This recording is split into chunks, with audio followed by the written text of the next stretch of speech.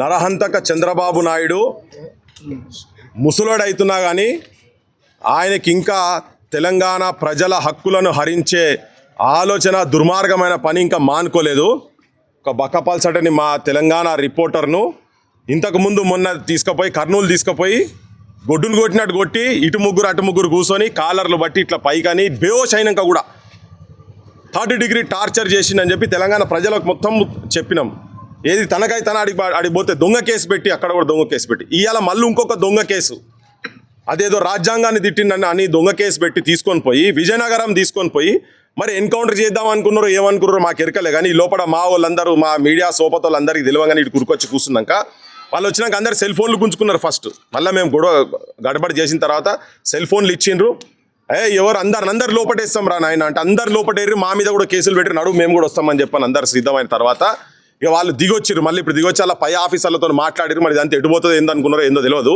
మేము కూడా చెప్పినాం తెలంగాణ ప్రజలకు, తెలంగాణకు వచ్చి నువ్వు ఇక్కడికి వచ్చి మా దగ్గరకు వచ్చి మా గుండె మీద కాళ్ళు పెట్టి మా వెంకన్న ఇడికెళ్ళి తీసుకుపోతావు ఎట్లా తీసుకుపోతావు చూద్దామని చెప్పి ఇక్కడ చుట్టుపక్కల వాళ్ళు కూడా జనం కూడా మొత్తం ఆడలు మొగోళ్ళు తయారవుతుంటే దానికి తలొగ్గి దానికి ఇప్పుడు ఒక నోటీస్ ఇచ్చి పోతున్నారు. కానీ ఒక విజ్ఞప్తి చేయదలుచుకున్నాం ఏంటంటే చంద్రబాబు నాయుడు నేను ఎందుకు నరహంతకుడు అన్నా అంటే 17 ముక్కలు చేసి నరికిండు బెల్లి లలితను.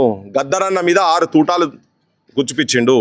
తెలంగాణలో పల్లెలా దమనకాండ చేసిండు ఇక్కడ మొత్తం చంద్రబాబు నాయుడు. ఇప్పటికీ ఆయన మారతలేడు.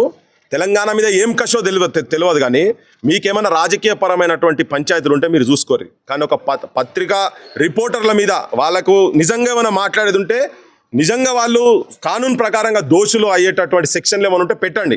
ఎవరెవరు దీన్ని ఎవడు కాదంటలేడు. కానీ దొంగ కేసులు పెట్టి చేస్తా అంటే మాత్రం చంద్రబాబు నాయుడు నువ్వు నీ కొడుకు నీ ప్రభుత్వాలు కావచ్చు అక్కడ ఉన్నటువంటి ఇంకా ఎవరైనా కావచ్చు ఇక్కడ తెలంగాణ ప్రజలు ఉట్టిగా చేతులు కట్టుకొని కూర్చోరు.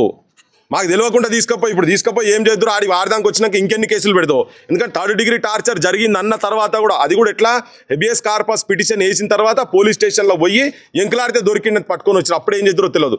ఇప్పుడు ఆడిపోయినాక ఇంకేమేం కేసులు పెడతారో తెలియదు. కానీ దౌర్భాగ్యం ఏంటంటే ఆయన దగ్గర శప్రాజ్గిరి చేసినటువంటి ఆయన ఇక్కడ ముఖ్యమంత్రి అవడు ఇది ఒక తెలంగాణకు దౌర్భాగ్యమైన పరిస్థితి.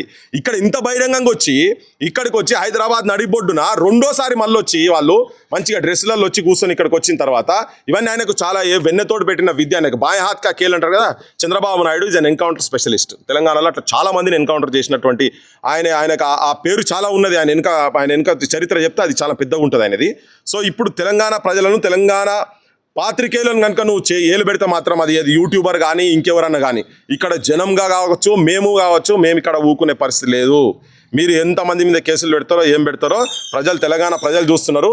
ఇవన్నీ మీరు మానుకోకపోతే మాత్రం ఇక మీరు మళ్ళీ హైదరాబాద్ కూడా రానియం బిడ్డ గుర్తుపెట్టుకోరి. శనివారం ఆదివారాలు మీరు ఇక్కడికి వస్తారు కదా పెండ కొడతాం రాళ్లతో కొడతాం. మీరు ఇట్లనే కనుక చేసి మా వాళ్ళని కనుక ఎంబడబడి ఇక్కడ నుంచి ఇల్లీగల్ కేసులు కనుక పెట్టే ప్రయత్నం చేస్తే మా పోలీసు వాళ్ళు మా తెలంగాణ ప్రభుత్వాన్ని కూడా చెప్తున్నా ఇక్కడ పోలీసు వాళ్ళు ఏందా ఆయనకు సెక్యూరిటీ ఇచ్చేది ఎక్కడిది. చంద్రబాబుకు సెక్యూరిటీ ఇక్కడ 40 మంది అట వాళ్ళ జీతాల పైసలు పెడితే ఒక 500 మందికి ఇక్కడ కళాకారులకు తెలంగాణ గురించి కొట్లాడిన కళాకారులకు వాళ్ళకు జీతాలు ఇవ్వచ్చు. నువ్వు అశోక్ నగర్లా దిల్సుఖ్ నగర్లా నిరుద్యోగంతో ఇబ్బంది పడుతున్నటువంటి పిల్లలకు ఇంత బుక్కడి బువ్వ పెట్టచ్చు. ఇక్కడ పోలీసు వాళ్ళు సెక్యూరిటీ ఇచ్చుడు ఎక్కడిది. జూబ్లీ హిల్స్లో ఆయన గల్లీ మొత్తం బంద్ చేసుడు ఎక్కడిది. మీరు ఇక్కడ తీసుకొచ్చి పెట్టి ఇక్కడోళ్ళను ఇక్కడున్న రిపోర్టర్లను హింసించే ప్రయత్నం చేస్తే చంద్రబాబు నాయుడు కావచ్చు ఆయన ప్రభుత్వానికి చెప్తున్నాం. మేము ఒక హెచ్చరిక కూడా చేస్తున్నాం. పబ్లిక్ను తిరగబడే స్థాయి దాకా తీసుకోపోకండి. తెలంగాణ నైజమే చూస్తారు మంచికి గొంగడేస్తారు లేకపోతే గొడ్డలు పడతారు. కానీ నీ మీద డైరెక్ట్ గొడ్డలు కాదు రాజకీయ గొడ్డలు పడతాము. నిన్ను నీ చరిత్రను ఇక్కడ కాదు అక్కడ కూడా భూస్థాపితం చేస్తాను పిచ్చి పనులు చేస్తే మాత్రం మంచి చెప్పదలుచుకున్నాం అంతే.